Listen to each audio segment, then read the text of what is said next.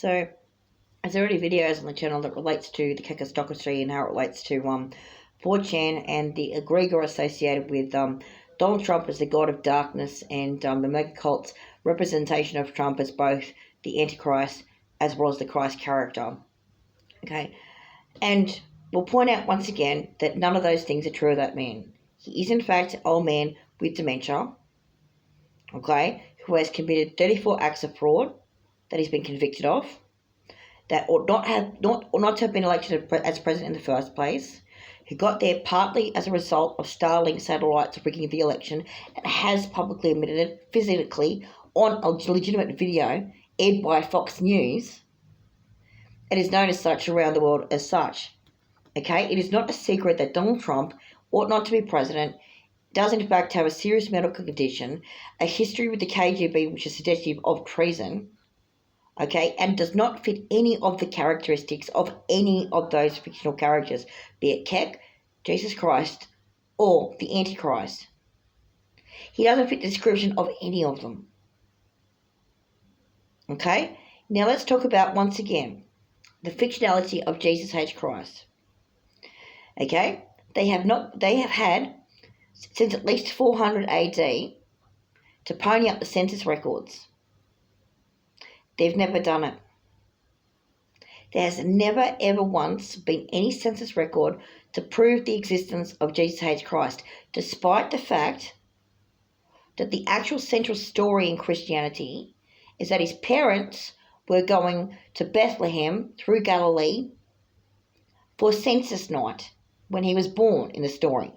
So we don't understand how a guy who was considered a massive character in that time and place's history, so considered such a serious character, the King Herod himself allegedly went to kill all the firstborn sons, was actually on the way. Like, he was born when his parents were on the way to do the census records, and at a very public crucifixion in a very public place, which is considered very famous, but there isn't a single fucking census record. It is an absolutely central fucking issue, and they've never ponied it up, not even once. Any arsehole in the Renaissance or late or early, Enlightenment period or whatever in Europe can get a piece of fabric that was only made in Turin in that time period and put pigments on it that were made by the artisans only of that time period, because the styles of pigmentation changed and call it shroud of Turin, but that's not actually the shroud that was at the crucifixion, okay? They haven't even established that without doing hoaxes and frauds, okay? They have never ever once shown that census record. You were talking about the empire that invented the census records, the Romans. Some of the most sticklers for fucking paperwork you could possibly fucking imagine. They weren't just known for fucking poking people with sharp sticks and acting like fucking bullies. They loved paperwork. And you've even got people talking about the great conspiracy of the Vatican Vault and Library, okay, which contains all kinds of strange records, probably even the census records. So why haven't they ponied up the census record since 400 AD? Why? Because it never fucking existed. It never fucking existed. There never has been a Jesus. There never will be a fucking Jesus, okay? The name Jesus is just Spanish for Joshua, which was a common Hebrew name, or was more specifically Aramaic name at the time. And the generic sort of everyman type character, where every man's getting crucified, shut up, you fucking stupid rebels, was probably what the Romans were really going for. Okay, now, when you see it that way, it makes it easy to go, well, the Antichrist is obviously a load of fucking shit as well. Okay, a fictional character does not have a real world counterpart. Okay, so the Antichrist is automatically ruled out as never existing in the first place on that basis. Okay, so you can't solve the Antichrist with the Christ, because neither of them exist in the first place. So let's go to this unrelated idea called the God of Darkness, or Kek or whatever. That's a set of memetics that's a bit more complicated, in the sense that the original idea that it came from Pepe the Frog and how it got tied into mimetically with something to do with ancient Egypt or something like that is two very distinct ideas. Okay, a cartoon frog. It's like saying, like the same as any genuine relationship between the two is like saying the Freddo frogs that you buy at the supermarket for 60 cents. Okay, means by which you can can sympathetic magic wise imbibe the spirit of Donald Trump or something. Like it's obviously crap. You don't actually eat Donald Trump when you eat a Freddo frog at Woolworths. Okay, like it's obviously crap, but they kind of reasoning with sympathetic magic has that sort of symbolism, that's the sort of symbolic encoding where they think that those things are real things and therefore that you must do it that way and therefore their Kabbalah must be real or their freaking New Age movement must be real, their Christianity or their Masonry must be real, okay? It's just like eating Freddo frog at the supermarket because you believe you're going to eat Donald Trump. Okay, it's complete fucking crap. Okay, Donald Trump is an ordinary fucking person in a strange position. That's all he is. Jesus Christ never existed. The Antichrist never fucking existed. And guess what? Keck never existed either. By sheer coincidence, and of course, we've got this wonderful wordplay possible where the United States is in a Keckistocracy. Kakistocracy and Keckistocracy interchangeable spellings of the same word, which means ruled by imbeciles or people who are not qualified. Fascinating, isn't it?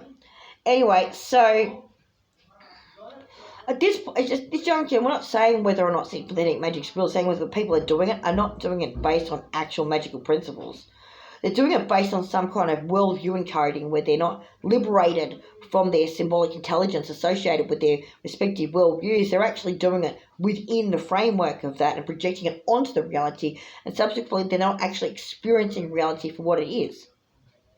Okay, and that's causing problems. So let's talk about how people like to argue that some of these fictional characters are solutions for real world problems. So if you sit there and you pray to Jesus H. Christ, war, famine, and disease disappears. Well, Jesus Christ, you've had 1,600 years and it's gotten worse, not better. Oh, okay. Let's have a look at the book of Revelations then. The book of Revelation says that the Messiah comes at the end. So the Antichrist and the devil and all the bad guys come along and a whole bunch of weird, ugly, evil shit happens. And one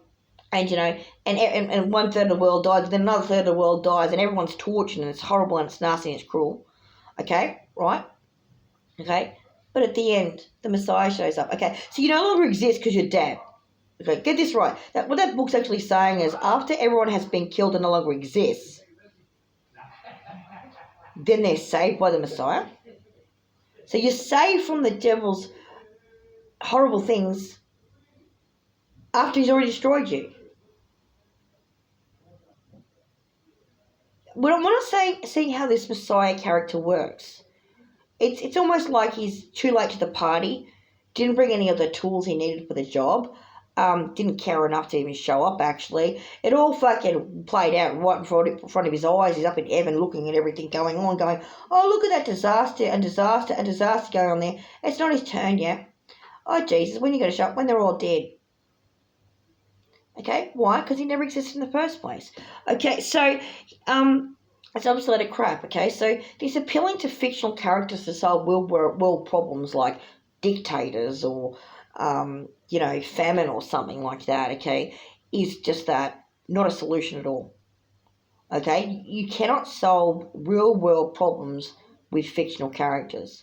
It is true that fictional characters can be inspiring. They do tickle people's imaginations when they're good ones, or at the very least interesting ones. They can affect your minds. They have been known to play with people, make people's imaginations, known to play with them, invent them, invent new ones. But if you use it as the basis for your decision making, then you're not making decisions at all. You might as well be saying, "We'll just let shit hit the fucking fan." And then the Messiah will show up. In the words of one man, a wise man, in his strident language, pull your finger out.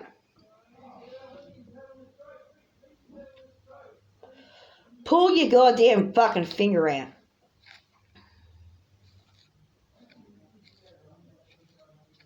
Okay? You're fucking lazy.